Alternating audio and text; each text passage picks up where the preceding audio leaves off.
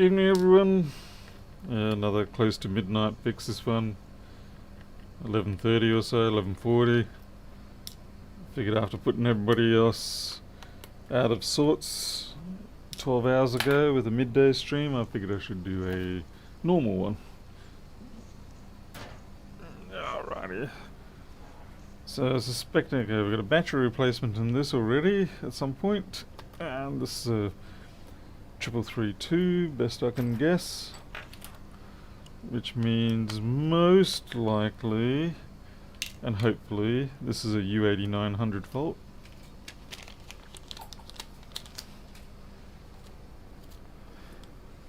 John, look, it depends on how you consider your timelines. Some people would consider it 2 separate days. Let's see. I have to put my glasses on. And yep, 3332. So this is most likely going to be U8900. And it's not to say there aren't other issues compounding it, but the first thing we will tackle is U8900. Hey Greg, Barry. Don't get this too often anymore. Most of these have already been done, or they have been assigned to the rubbish bins in unfortunate scenarios. Apple says, well, we can't replace that. The customer says, well, I don't want to pay that much for a main board. And they say goodbye to their beloved 1398 15-inch machine. These are very nice machines. The whole, the 1398 series is very nice. Good screen size, superb resolution. Okay, it's interesting. That's interesting that the paint on the fan assembly there is sort of retracted back. It's like they've got another set of fans. These are not original fans, I'm guessing.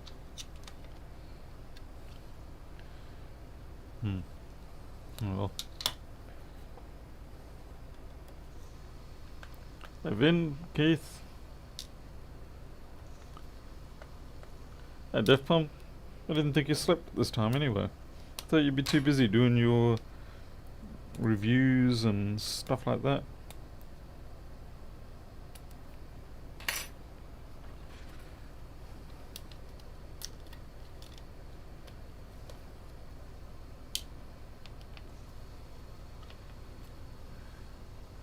Oh really? I got my thumbs down already? That's brilliant.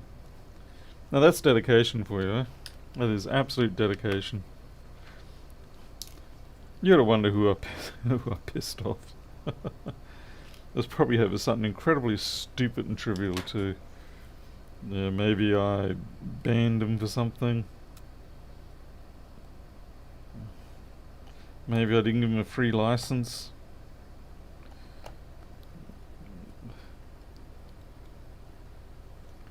You never can quite tell what ticks people off. It's one of the mysteries of life. And if you confronted them about it, they'd be like, no man, I didn't do it, no. It's definitely not anything to be worried about.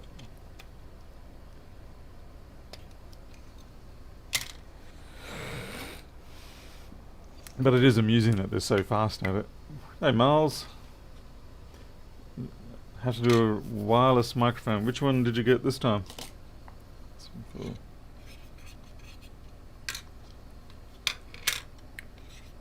Which reminds me, I do have to send these Rode ones back to Jim. It's been sitting here for 6 months plus already, and I keep saying I'm going to send it back to him, but I keep forgetting to. And then there's also another box of audio equipment that someone from up north has sent me, and I haven't even had a chance to do anything with it. So I'm sending it back to him because I'm I'm contently happy with the current setup I have. It's not perfect, but it does function now that we've sorted out the kinks, like the fact that it has barely 2 meters of range, which is kind of unusual considering the original one had quite good range. Anyway, I don't know what they messed up with the Bluetooth side of it. Yeah, I need to get that back to him because I'm not hoarding it in the sense of I'm not trying to keep it for myself. I'm just a lazy bastard when it comes to mailing stuff back to people.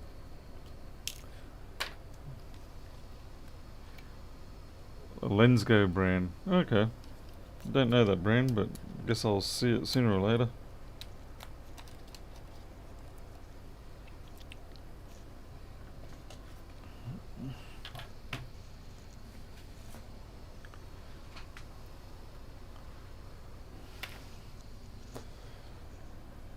Barry, maybe they spilt their cup of coffee or something, struggling to get to the stream in time. Gotta be the first one to put the thumbs down. Can't let Paul have a thumbs down free stream. I'm surprised they don't send me an invoice for the amount of time I occupy in their mind. I think that's the craziest thing. Is that, yeah, I'm taking up space in their head and I'm not even paying rent.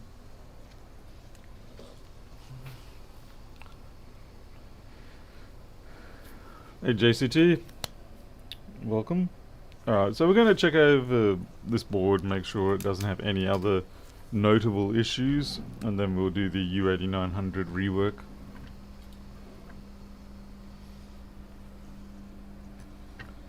Because they are getting to the age where this sort of stuff starts coming up. Yeah, sort of just starting to do that green surface corrosion behavior. It perhaps wouldn't be a bad thing for me to ultrasonic this board.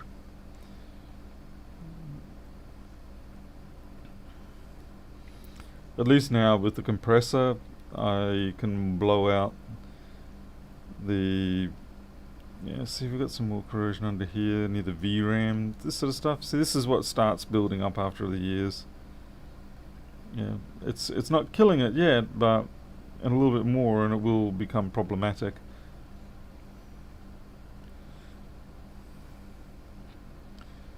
And of course our beloved U8900.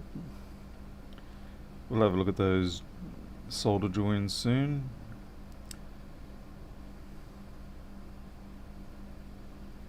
But yeah, I would say, yeah, giving this a nice little ultrasonic clean wouldn't hurt. There's a bit of corrosion up there too.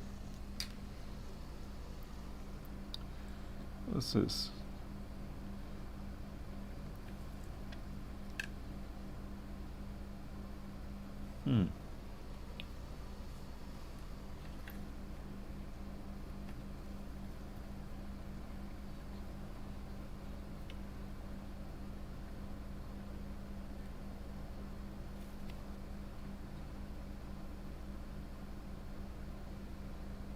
Something was starting to rest onto that and starting to eat, but it seems okay.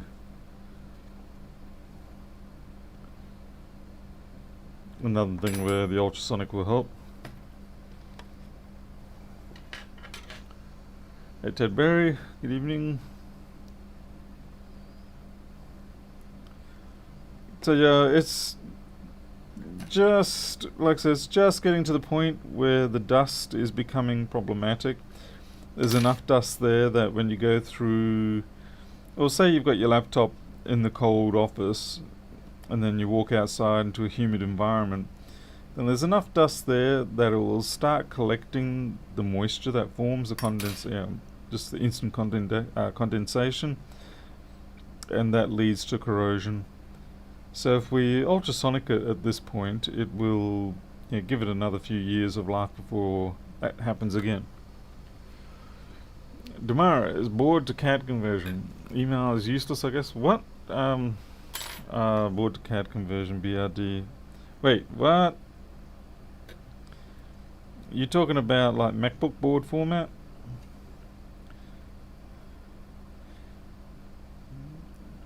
I think the problem I have with the CAD version, or the CAD format, is that they split it across multiple files. I don't know, did I forget to respond to you? I can't remember everything. Geez, I can't even get sleep at normal hours.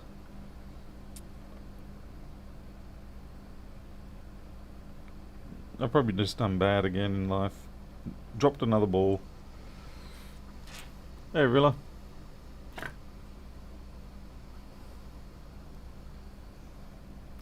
Alright, well, 8900 work for now.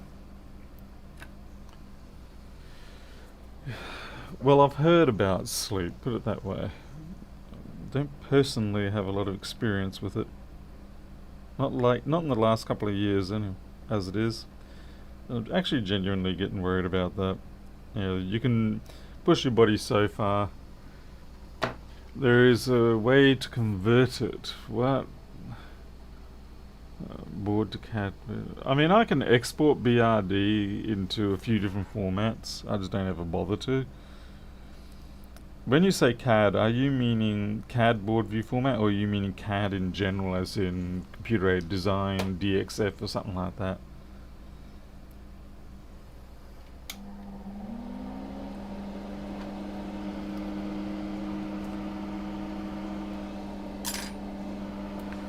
Alright, first thing we're going to do is heat this up, because trying to use the micro pencil on this area of the board without preheating the board is basically a fool's game.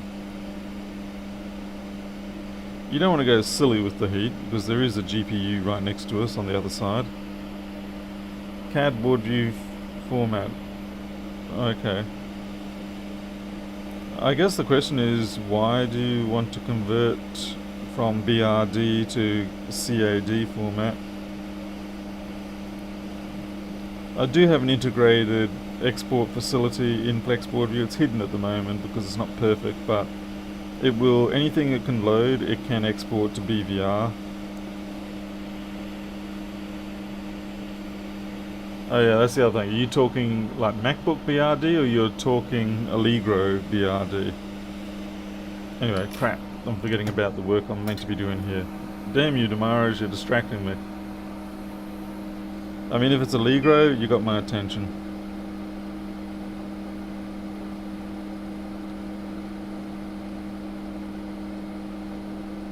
Mind you, I would bloody well like to know what the actual format spec is on that, because that's even more useful. Oh, okay, you're talking Allegro. Okay, now you got my attention. Yeah, you see, when you say BRD, I'm just thinking MacBook BRD format. But now that you're talking about Allegro, all of a sudden I've got bits of my body that have woken up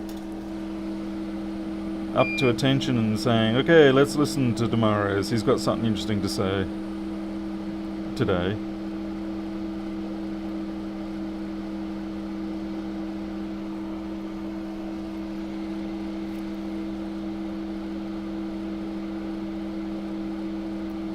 Now let's see if I can not pick up this resistor here.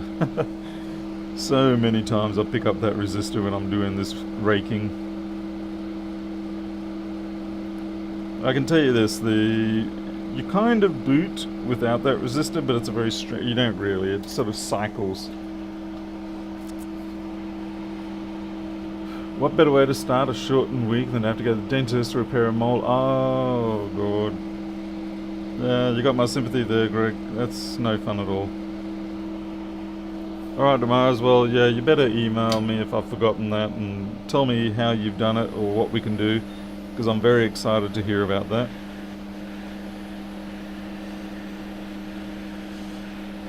I want to know more. Centaur 1, no, I do work on other machines, but I'll be honest, the reason why MacBooks generally feature in the repairs all the time is because we actually have the files that we need, or the information that we need to be able to repair them, and also it's a familiarity thing. The trouble with a lot of PC laptops is that you have to get familiar with the board and everything about it just to be able to repair it, and then you never see that board again, or very rarely again in your entire career. So there's a lot of there's a lot of lost investment time when it comes to other machines. Now it'd be different if you're, say, working in a workshop that deals with like say you get 100 of the same laptop, then that's fine. You know, you work on that one, you can do it. But trying to handle many different computers, economically, in terms of time, it's difficult to justify, and it's hard to charge people accordingly.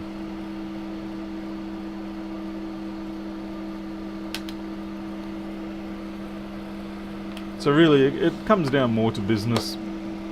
Before I was really doing this on a like daily type basis, then I was doing all sorts of different laptops and such. But once it became a daily business, then very quickly it became apparent that the biggest time wasters were the PC laptops. Alrighty. Hey, I craft und it.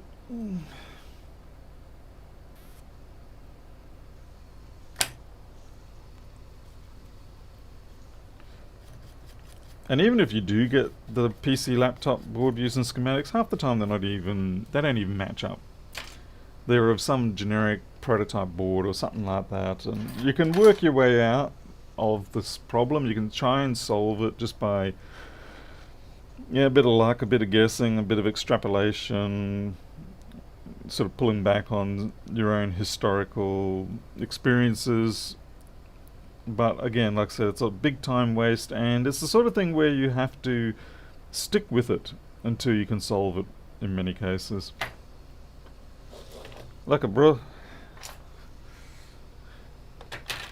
Alright. Okay, so we're just going to check that this will boot properly now.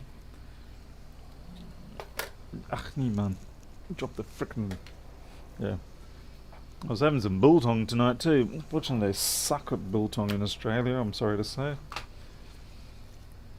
There's a local mob that produce biltong, but unfortunately due to health regulations or something, the way they chop it and pack it, it just kills a big portion of what makes biltong so appealing. Yeah, it's nice to have that soft, fatty, biltong, as opposed to something that's been vacuum packed and the moisture drained out of it and it's gone hard because you basically compacted it and things like that. I say it's half of its health regulation requirements.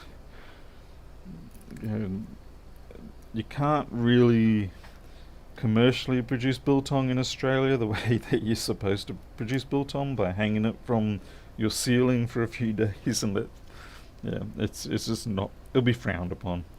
So I understand why they can't really do it to produce the results that I want. The only real solution here is, as per most things, do it yourself. Hey Tony W.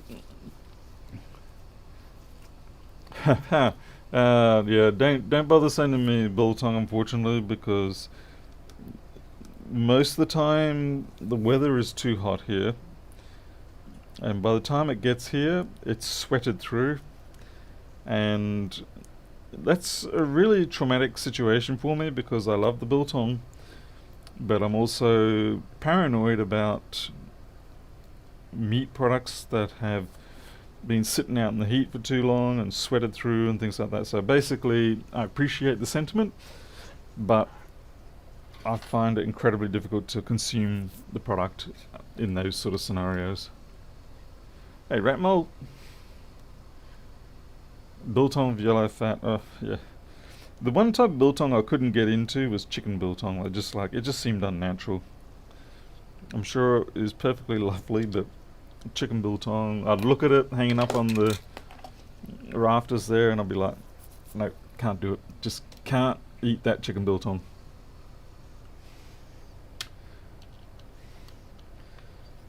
Kudu and Parla, Springbok, I do love Springbok biltong. All that sort of stuff, no problem. Chicken, no. Just no. Not gonna do it.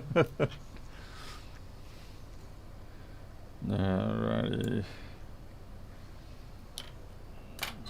I'm sure it's not really that much riskier, but yeah, it's just one of those psychological things, and once it gets in your head, it's, oh, ain't that sweet, eh? Thank you, Paul. Thank you. And we have loose hinges here, so this means I'm probably going to have to pull it apart. That's strange. I've been having a run of loose hinge machines lately. I've got no problem fixing them up, but it's just interesting that I'm getting a run of them. You're South African, you've never seen chicken biltong? Okay. That's interesting. When I would go to the biltong shop in Centurion, down near the Centurion Hotel and things like that, they would always have chicken biltong. Maybe they gave up on it. Okay, display seems to be good.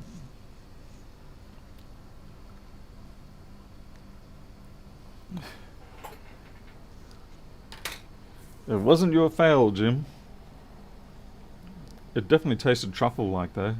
But yes, it's very difficult for me to consume those sort of goods once they've been mailed. And like I said, it's purely because of the fact that trying to get those sort of goods up here timely enough or quickly enough, even though it's a dried product and things like that, it does still not enjoy being transported in boiling hot weather. Yeah, it's just the way it goes. Jim, I've still got to give you back your microphones and so many other things. I feel very bad about the fact that I'm slack at that.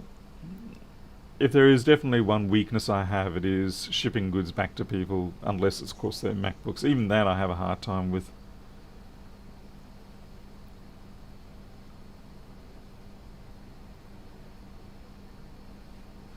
Even vacuum packed, you can see that the product's changed when it goes through the heat.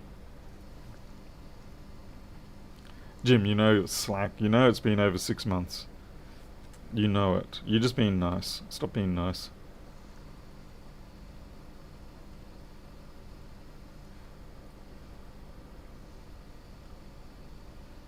Promo, you commented on my post. The wireless connector may jump. Oh, right, promo. Yeah, that one. Yeah, I was just kind of curious because you had those two pads, the actual signal pads. They should be the same. And I just sort of figured if they were both still connected to the internal trace, then you should have been able to just get away with connecting up the one pad, and you probably could have easily put the other, just put a slight blob of solder on the veer stalk, got that down, and then just epoxied it down a little more. Although most of the strength of the hold down is on the ground pads either side. But you know, each to their own. I was just kind of curious what your what drove you to take that particular option. The main thing I'd be worried about is that running the wire like you did, it will create a small dipole effect with the antenna signal. I don't know whether it will degrade the signal or not. Anyway, just curious, that's all. You should try Savage Jerky. Oh god, no, not jerky. No. No offense. I mean, some people love jerky, and that's great, but I cannot handle jerky. It is just too dry and stuff for me. I like the biltong because it's sort of like just freshly dead and soft.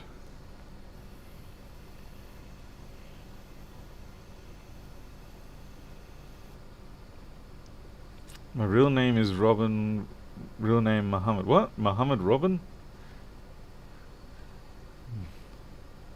For me, I would have tried just put that connector back down, secure the leg that had the missing pad with a bit of just a tiny smidge of epoxy, or even actually super glue, crazy glue, whatever you want to call it. But you have to be really careful with that stuff because it wicks like crazy, hence the name.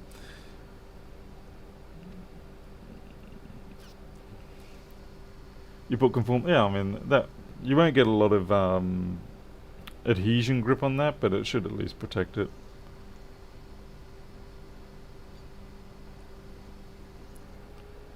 Well, it seems like most of the time for the U8900, it tends to fail on transitions.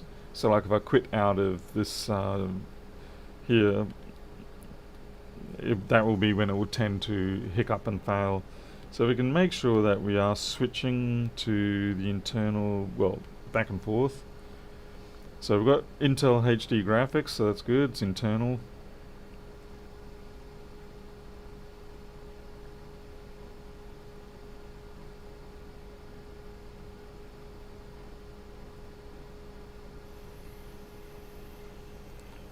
And now it should hopefully switch over to... Come on. That's interesting, it's still actually showing HD graphics. Maybe I have to run it again.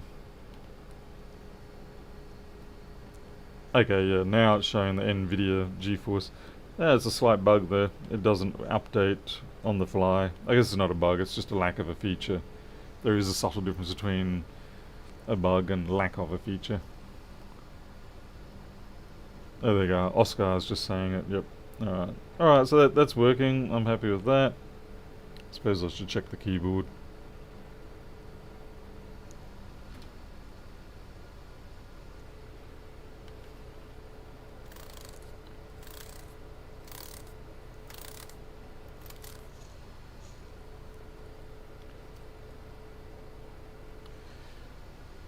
By the way, Prema, you know, I mean, it's hard sometimes to ask questions about why people did certain repairs without coming across in an offensive nature, so I do apologise if it came across in any way offensive.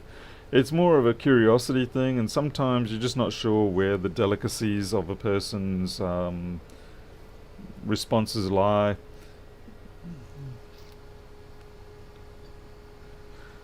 Last night would have been better stream, couldn't sleep. Sorry, Jim. Luck of the drawer, isn't it? Hey, 6 kills. And we are pretty much done. I'm just going to take the screen off, tighten up those hinges, because see, it's really sloppy. Yeah, we don't want that.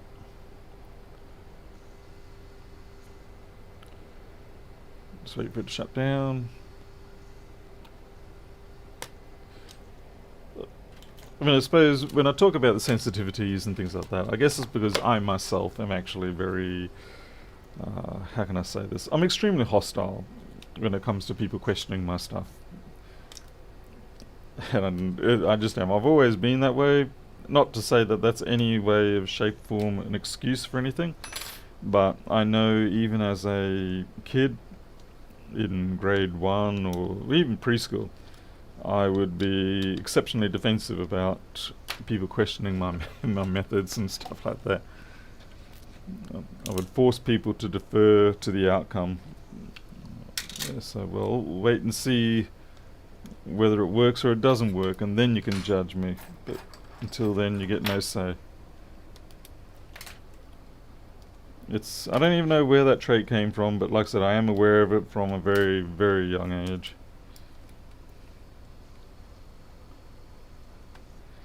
And particularly when it comes to software, oh my goodness, yeah, you get very hostile. I think the big reason why you also get hostile with software is, in a way, software is a bit of an artistic expression.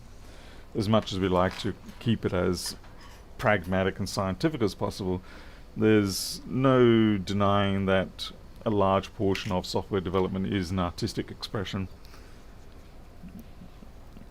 And so when people critique your software in a certain way, unless they're walking very carefully, in other words on eggshells, you go along and you bite their heads off because they really tick you off, and you're like, damn it man, I worked hard on that software and you're criticizing it. What about all the great features that you haven't looked at, you useless, good for nothing user?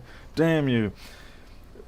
Okay, now I'm just sort of reliving Rossman moments when I would send him a nice new version of the software and he finds bugs in it straight away. So what is wrong with you, realists? So leave the bugs alone.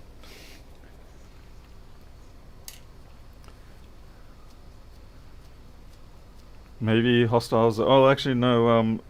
Yeah, I only went to South Africa when I was 22. So it was in my mid to late 22. Now where the hell did that time go?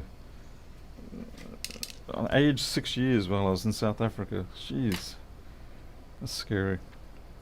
Oh yeah, you look at this. See how sloppy that hinge is? Yes, Rossmann always knocks my software. It's part of the international love bond that we have.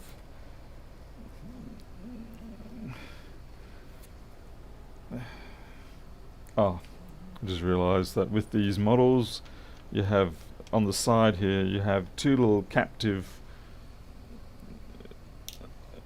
plates like this. And you cannot separate the screen from the chassis without first removing these captive plates.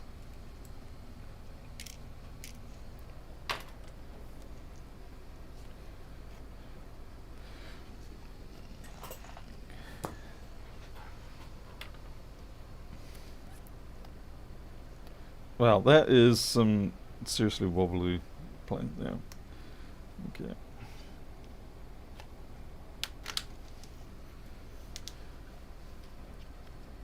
Come on, you're going to retain your little clip.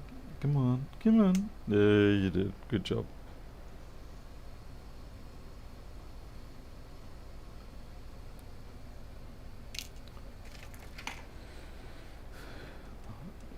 Well, they would have fallen out pretty soon now.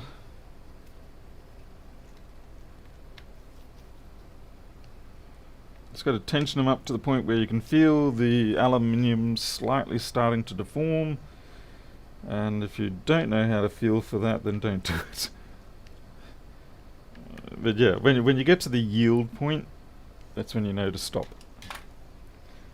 If you push it too far beyond the yield point, you will then perform what we call the strip. And if you strip it, then the only thing you can do at that point is basically back it off quarter of a turn. And unfortunately this doesn't work so well for aluminium, but yeah, back it off quarter of a turn and then spot weld it. That's the correct way to fix a stripped nut.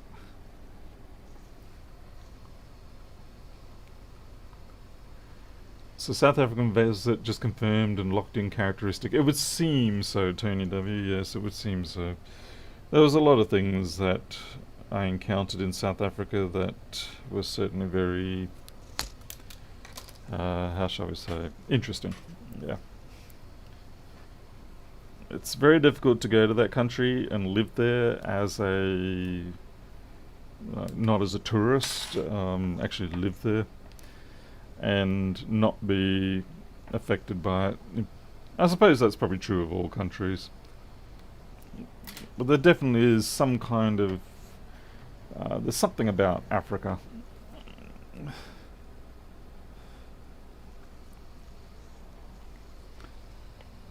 That said, I don't really have a good reference point to judge from because I haven't lived for the same period of time in other countries. Okay, why do I have a piece of junk in there? That does not look good. Looks like maybe something broke off. Maybe if you drop a thread sealer, yeah, that's possible, but then that ruins the joke, doesn't it? Oh, okay, no, that's just, there. I have a slight disinclination to some thread sealing.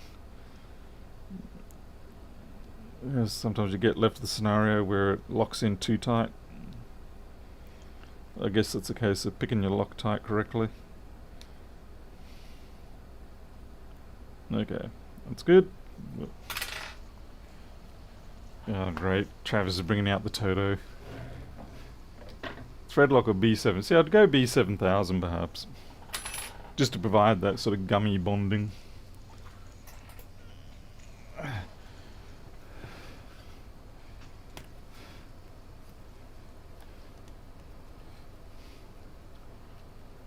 And the other thing is to not try and live the colonial experience too much, although you inevitably do.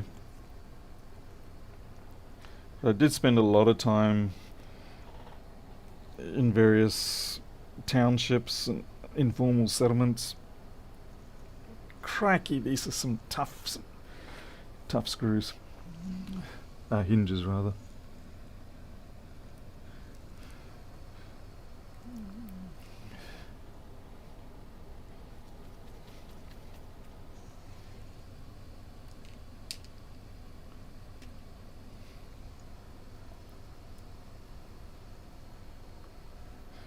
think probably one of the saddest things I would experience over there was driving to work along with thousands of other people, and then unfortunately witnessing someone not making it across the 6-lane dash on the highway. It was like, yeah, it was just, yeah, it was visually, yeah, it's a very visceral type experience. And then you just sort of think, that's really not a nice thing to happen, that the family's going to be it's just everything wrong, and illustrates the great wealth disparity that goes on, which of course still goes on to this day.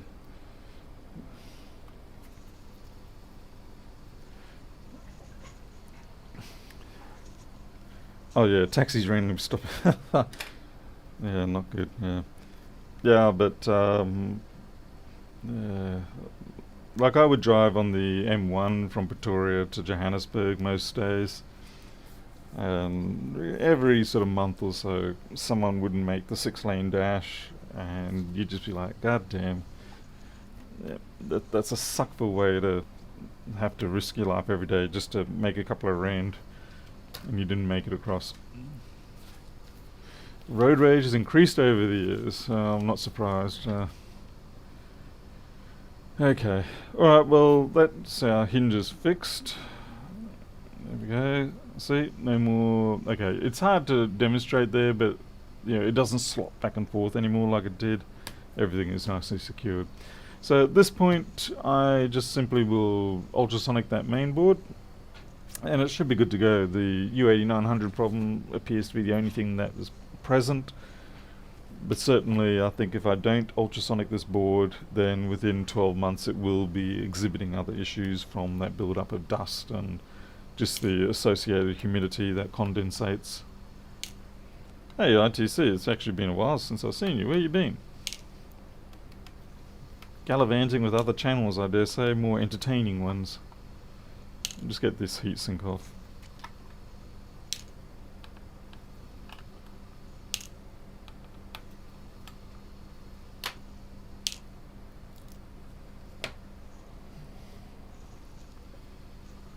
Oh wow, the overhead camera's a bit of a cocky angle.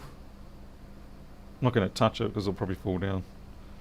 I need to update my video camera lighting assembly. At the moment everything's kind of pinned to shelves that are attached to the wall, so what I'm going to do is have coming out of the wall a couple of horizontal beams or whatever, and then I'm going to have a rod, probably 30mm, 32mm rod over the head, and then I'll be able to attach the camera and the lights and things like that to that rod. Because right now, hanging off the shelves, I've got those 2-link self-tightening type contraptions, but they don't really hold up well to this sort of mass, like Jim's 4K camera. It's not the heaviest thing, but it's heavy enough that if I knock the clamped arm on it, it will pivot off to the side, and I don't want that to happen because that's an expensive camera. Yeah, no breaking the camera, exactly. Alright. Okay, well, this one's ready to go into the ultrasonic, and I'm actually happy that this has turned out to be, so far at least, comparatively rudimentary, which is nice, because the workshop is full of lots of non-rudimentary jobs, and it's starting to get a little bit... Hey, wow, whoa, okay, just noticed something here. Okay, so we've got some pretty bad corrosion in that corner there. Now sometimes it can be... Yeah, that's... gnarly. Copper oxide of some type. But what's interesting is there's... Okay, there you can see something. I think in that case we've just been extraordinarily lucky. and whatever that splatter of liquid was, it landed on the heatsink and not on the board. Yeah, that was just pure luck. So it's a little itty bitty on the GPU, but all on the heatsink. Unfortunately, it is just on the copper. It's not on the heat pipe section, so we shouldn't have any corrosion issues there. Yeah, no, that was thankfully good and bad luck there. Flux and boil the heatsink. Yeah, that'll take a while, wouldn't it? The heatsink would just constantly shift that heat away to everywhere else, and I'd never get it up to operating temperature. Alright, yeah. I am out of here. Thank you all for being here. Sorry it was a bit of a short one, nothing too dramatic, but well, I guess we'll see how we go tomorrow. Tomorrow's another day, another postal delivery. Might get something interesting for a change. No, just kidding. All the board repairs are generally interesting. You always tend to learn something, and if you don't learn anything, then at least it's a opportunity to refine the skills, hopefully. Travis, do not forget to read the email from tomorrow. Yes, I'm definitely going to be reading that one. And so, Noobnar, thank you for the advice on the MacBook Pro screen a couple of days ago. I got the whole display instead of just replacing the LCD. Oh, good. Yes, glad to hear you went that way, because, you know, it's fine if you've got a lot of spare time and everything like that to fiddle around with trying to do all the sandwich layers of the LCDs, but definitely going the whole unit saves you sanity. You may get less profit, but you get more time. Yeah. Alright, I'm out of here. Thank you all. You all take care. I'll see you next time.